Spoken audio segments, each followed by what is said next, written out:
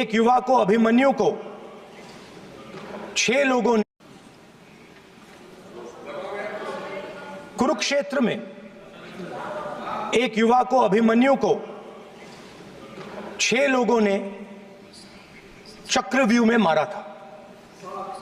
6 चक्रव्यूह में फंसाकर मारा था। सर, चक्रव्यूह के अंदर डर होता है, हिंसा होती है, और अभिमन्यु को चक्रव्यूह में फंसाकर ट्रैप कर 6 लोगों ने मारा। मैंने चक्रव्यूह के बारे में थोड़ी रिसर्च की और पता लगा कि चक्रव्यूह का एक दूसरा नाम होता है पद्मव्यूह, मतलब लोटस फॉर्मेशन।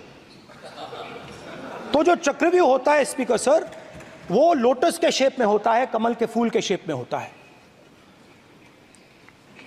21वीं सदी में सर एक नया चक्रव्यूह तैयार हुआ है स्पीकर सर, वो भी लोटस की शेप में है सर, और उसका चिन्ह प्रधानमंत्री जी अपनी छाती पर लगा के चलते हैं।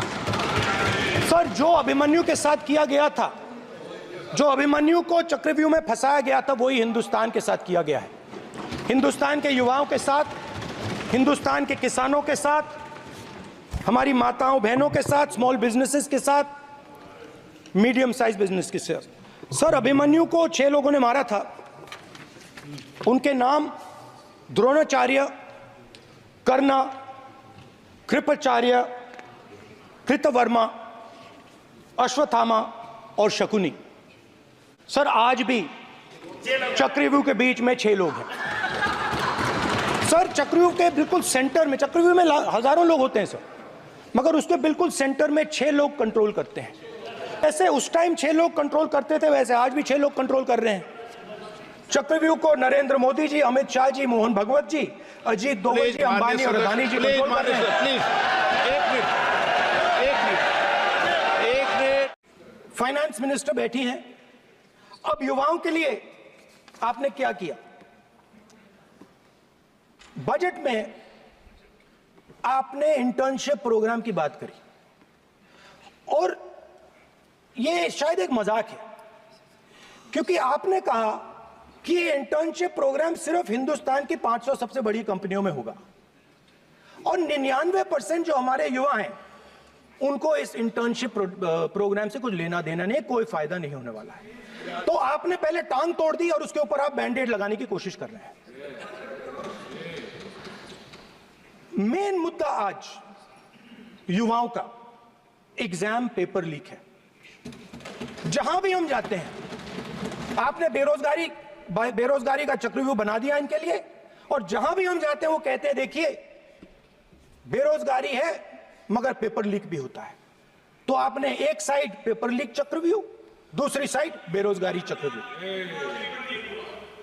पेपर लीक मैं आपको बताता हूं 10 साल में 70 बार हुआ है। अगर आप जानना चाहते हैं, 10 साल में 70 बार हुआ है। तो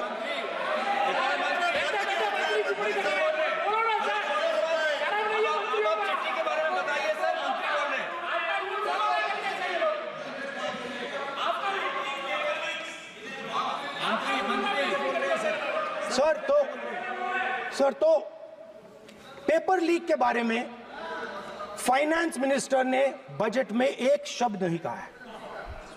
युवाओं के लिए पेपर लीक सबसे जरूरी मुद्दा है, उन्होंने एक शब्द नहीं कहा है पेपर लीक के बारे में। एक बार उन्होंने पेपर लीक नहीं कहा, और उल्टा जो एजुकेशन बजट में पैसा देना चाहिए था, वो आपने 20 साल में सबसे कम पैसा दिया है। 2.5% of budget is gone to education. The Chakravyuh that has captured India has 3 forces behind it. First is the idea of monopoly capital, that 2 people should be allowed to own the entire Indian wealth. So one element of the Chakravyuh is coming from the concentration of financial power. The second element, sir, मैं budget को explain कर रहा हूँ sir. मैं आ रहा हूँ, वहीं आ रहा हूँ sir. So one element is financial power. The second element is the institutions, the agencies, CBI, ED, Income Tax Department of this nation. And the third is the political executive. Speaker, sir, these three together are at the heart of the Chakravyuh. And they have devastated this country. Speaker, sir, my expectation was that this budget would weaken the power of this Chakravyuh. That this budget would help the farmers of this country, would help the youth of this country, would help the laborers, the small businesses of this country. But what I have seen is that this budget, the sole aim of this budget, iski jo niyat hai, it is to strengthen this framework, the framework of big business, monopoly business, the framework of a political monopoly that destroys the democratic structure, and finally the framework of what one can call the deep state or the agencies. And the result of this has been the first पहला काम इस चक्रव्यूह ने क्या किया, जो हिंदुस्तान को रोजगार देते हैं, स्मॉल एंड मीडियम बिजनेसेस हैं, जो करोड़ों युवाओं को रोजगार देते थे, उन पर इस चक्रव्यूह ने आक्रमण किया। कैसे किया? नोटबंदी, जीएसटी और टैक्स टेररिज्म। आप लोग आतंकवाद की बात करते हो, पूरे देश में अगर कोई भी व्यक्ति छोटा बिजनेस चलाता है तो रात को उसको फोन कॉल आता है इनकम टैक्स डिपार्टमेंट से, जीएसटी से, और टैक्स टेररिज्म का वो शिकार बन जाता है। इस टैक्स टेररिज्म को रोकने के लिए बजट में आपने कुछ नहीं किया है। तो टैक्स टेररिज्म के कारण और ये जो आपकी नीतियां हैं, जो आपने कोविड के समय बड़े बिजनेसेस की मदद की और जो स्मॉल एंड मीडियम बिजनेसेस थे उनको खत्म किया, उसके कारण आज हिंदुस्तान के युवाओं को रोजगार नहीं मिल सकता है। बिल्कुल एक युवा को रोजगार नहीं मिल सकता है। 90% हिंदुस्तान जाति, 95% जाति जनगणना चाहता है। कौन चाहते हैं? दलित चाहते हैं, आदिवासी चाहते हैं, पिछड़ा वर्ग चाहता है, गरीब जनरल कास्ट के लोग चाहते हैं, माइनॉरिटी चाहते हैं, सब चाहते हैं, क्योंकि सब लोगों को यह पता लगाना है कि हमारी भागीदारी कितनी है, हमारी हिस्सेदारी कितनी है। मगर सर, मैं देख रहा हूं सर, सरकार हलवा बांटती जाती है, और बांटता कौन है? वही 2-3% लोग, और बंटता किसको है? वही 2-3% लोग। और बाकी हिंदुस्तान, 90% हिंदुस्तान देख। फाइनेंस मिनिस्टर मुस्कुरा रही हैं। कमाल की बात है। ये हंसने की चीज नहीं है मैडम, ये हंसने की बात नहीं है, ये जाति जनगणना है, ये जाति जनगणना है, इससे देश बदल जाएगा।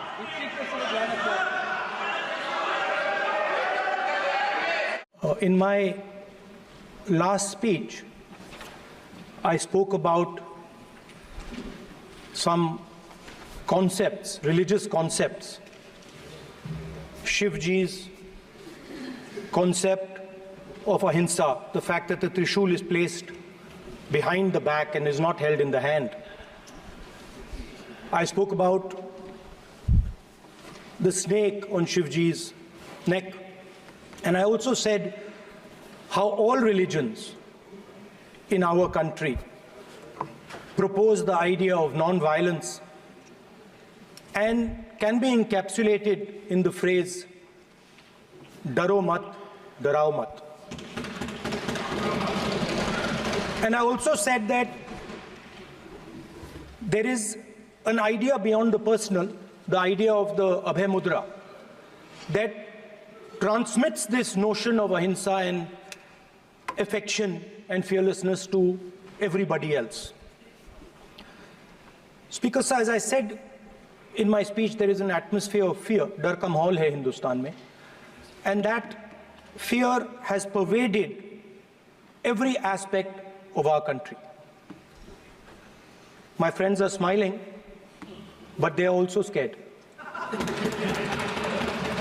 They are scared. Sir, मैं आ रहा हूँ sir. Budget है sir, budget पे ही बोल रहा हूँ sir. Sir, you see the problem is sir, in the BJP only one man is allowed to dream to be Prime Minister.